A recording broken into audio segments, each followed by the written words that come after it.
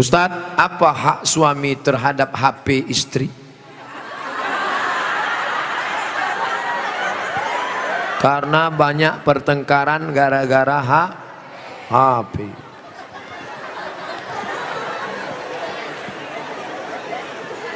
Lima hak ibu terhadap bapak. Catat, ingat baik-baik. Pertama, makan. Ibu tadi sudah dikasih makan? Yang kedua, pakaian. Ibu sudah dikasih pakaian? Karena sekarang banyak perempuan yang tidak diberi pakaian oleh suaminya.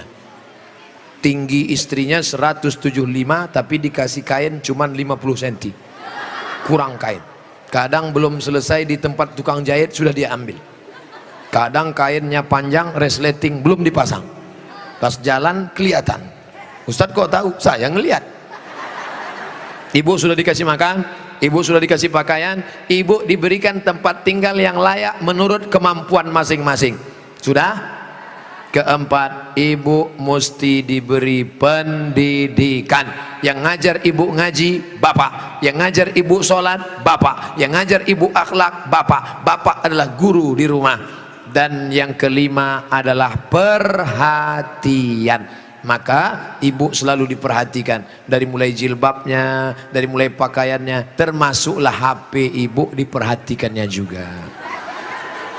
Kok dari tadi sini Ustadz Somad, suatu ketika istri saya pergi kerja dan saya masuknya siang, tiba-tiba HP-nya berdering. Saya cek, rupanya mantan.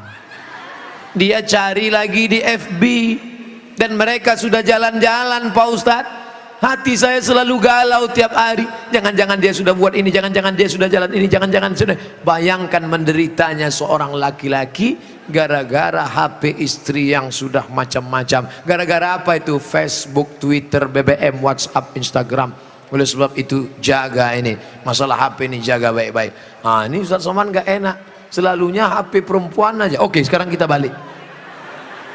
Bagaimana dengan HP bapak-bapak yang lebih banyak perhatiannya ke HP, yang kata-katanya merayu, menggoda? Oleh sebab itu ini mesti dijaga. Kalau tidak, duduk bersama, bapak sama ibu duduk, HP-nya buat baliho besar-besar, judulnya mau dibawa kemana hubungan ini, atau buat besar-besar, jangan ada HP di antara kita. Saya mau nanya Pak Ustadz, gimana caranya mengelola keuangan keluarga secara islami jika suami istri bekerja? Ar-rijal, lagi-lagi Al-Quran. Semuanya yang menyelesaikan masalah ini Al-Quran. Ar-rijalu qawwamuna 'alan nisa. Laki-laki menjadi pemimpin bagi perempuan. Bima anfaqu min amwalihim, karena mereka mengeluarkan nafkah, biaya belanja. Makanya harta warisan laki-laki dapat 2 kali bagian perempuan. Ibu kalau 25, bapak dapat 50. Ibu kalau dapat 50, bapak dapat 100. Kenapa? Karena yang menanggung biaya pernikahan mahar bapak, yang menanggung sekolah anak bapak. Sekarang ibu memang anak orang kaya, punya ruko 2, rumah batu jendela kaca, punya bapak yang sudah sakit asma 2 hari lagi meninggal. Kaya. Si bapak juga punya duit yang sama. Bapak punya duit, ibu punya duit, menikah. Apa beda duit bapak dengan duit ibu? Dalam duit bapak ada hak ibu, tapi dalam duit ibu tidak ada hak bapak.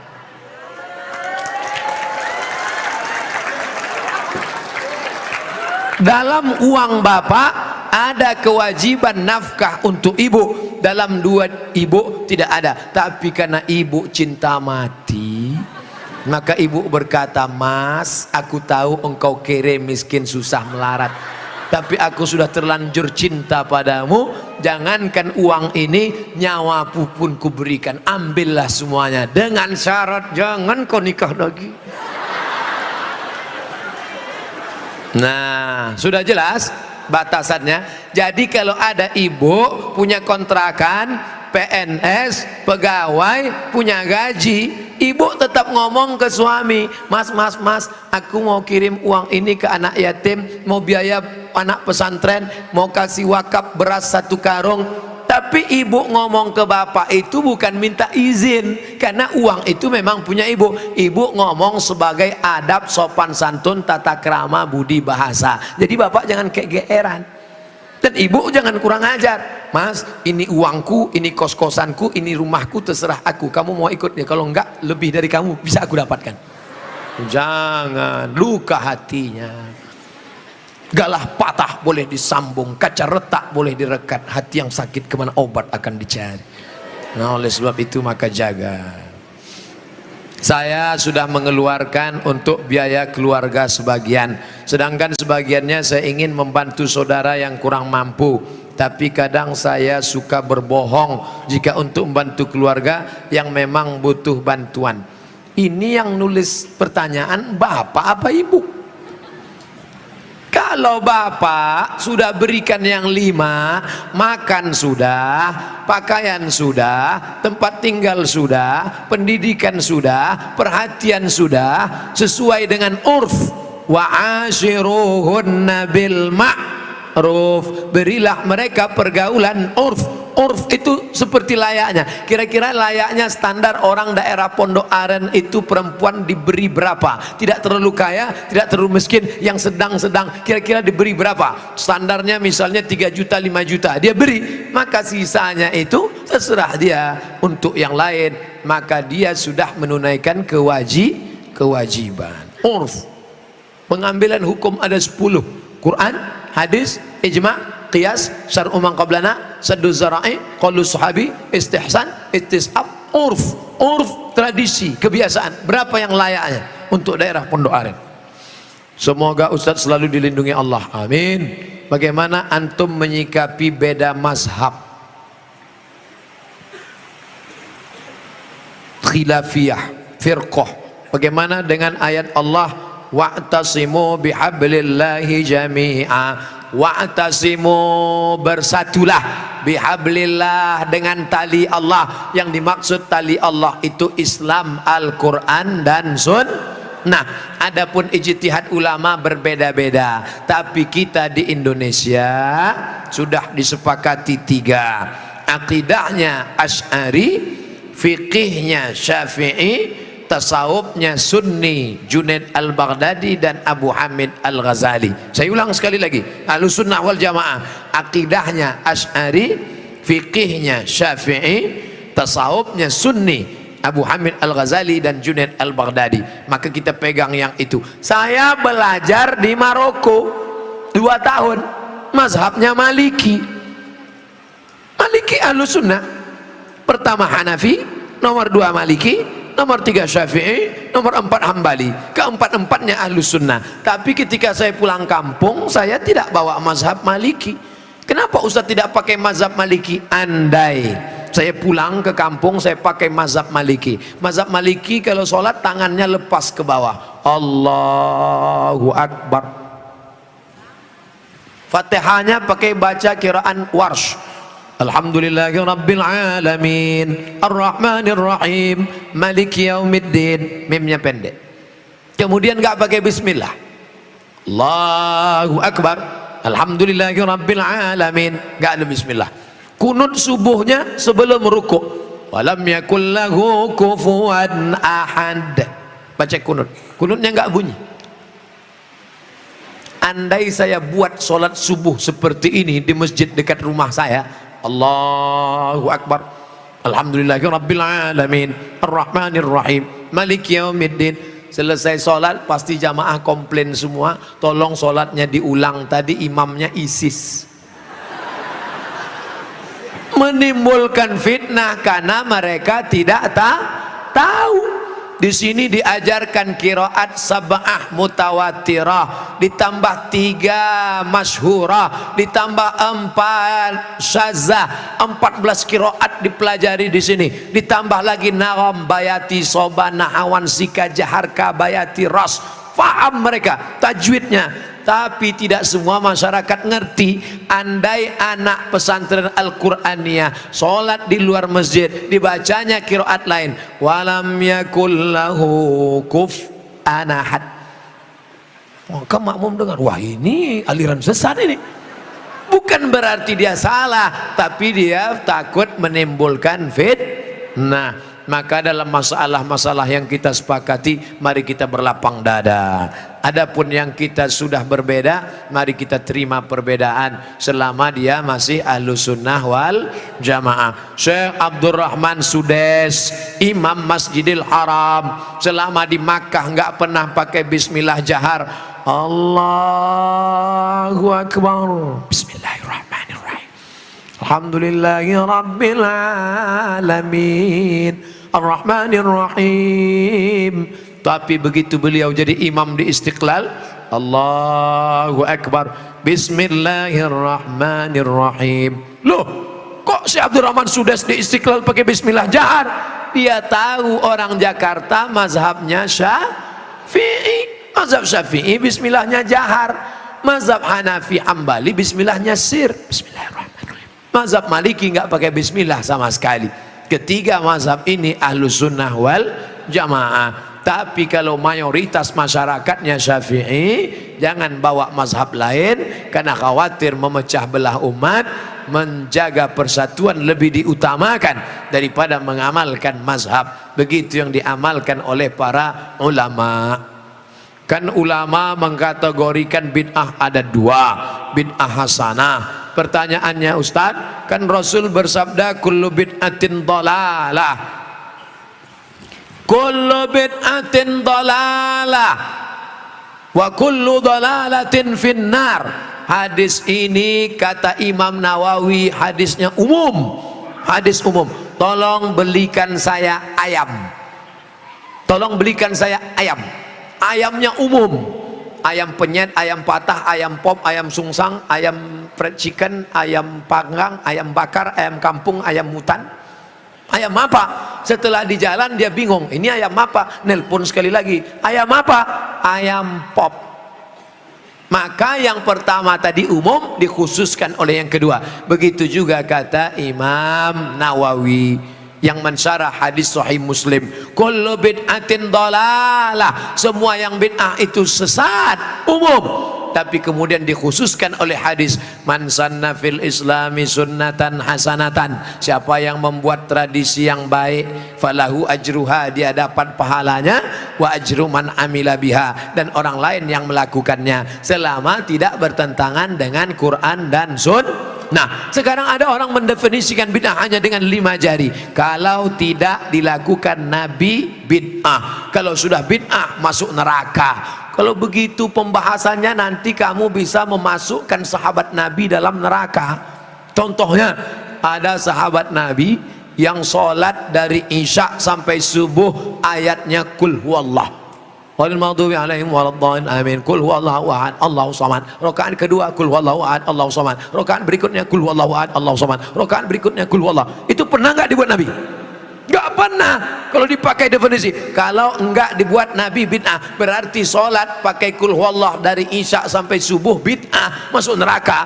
Nama sahabat Nabi yang sholat begitu siapa? Qatadah bin Nu'man dalam kitab hadis Musnad Ahmad bin Hambal. Tapi perbuatan itu dibenarkan Nabi, sunnah takririyah. Oke, itu Nabi masih hidup. Bagaimana dengan Abu Hurairah? Abu Hurairah sebelum tidur malam menyimpul tali 2000 simpul tali dipakai bertasbih sebelum tidur malam. Subhanallah, subhanallah, subhanallah, subhanallah, subhanallah. Ada diajarkan Nabi, hai orang-orang beriman, sebelum kau tidur malam ambil tali jemuran, buat 2000 simpul, sebelum tidur petik 2000. Ada? Tidak ada. Jadi kalau didefinisikan, kalau tidak dibuat Nabi bid'ah, engkau sudah memasukkan sahabat Nabi ke dalam neraka, karena definisi yang singkat, yang pendek, pemiskinan.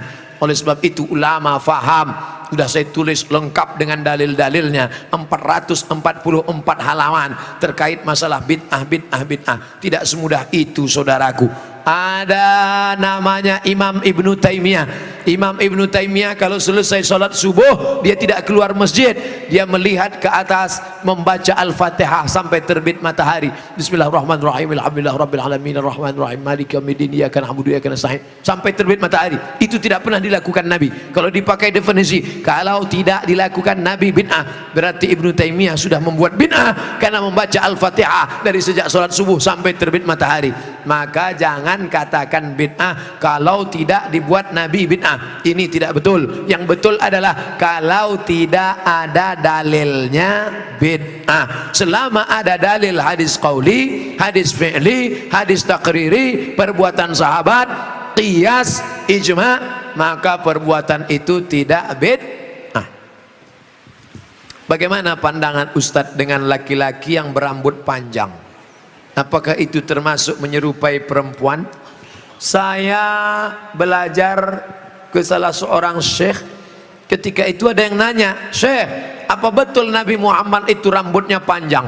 Maka syekh menjawab, Nabi Muhammad itu tinggalnya di gurun pasir. Gurun pasir itu cuacanya panas. Maka kalau rambutnya pendek, nanti cahaya matahari kena ke kepala, maka dia bisa pusing, panas, dehidrasi, kurang cairan. Makanya Bapak Ibu ketika di Makkah disuruh pakai topi, pakai payung supaya jangan kena panas. Nabi kepalanya ditutup dengan 3. Yang pertama rambutnya. Rambut Nabi itu dari depan panjang sampai ke belakang. Yang kedua ditutup dengan qalansuah, topi. Setelah itu ditutup dengan imamah sorban.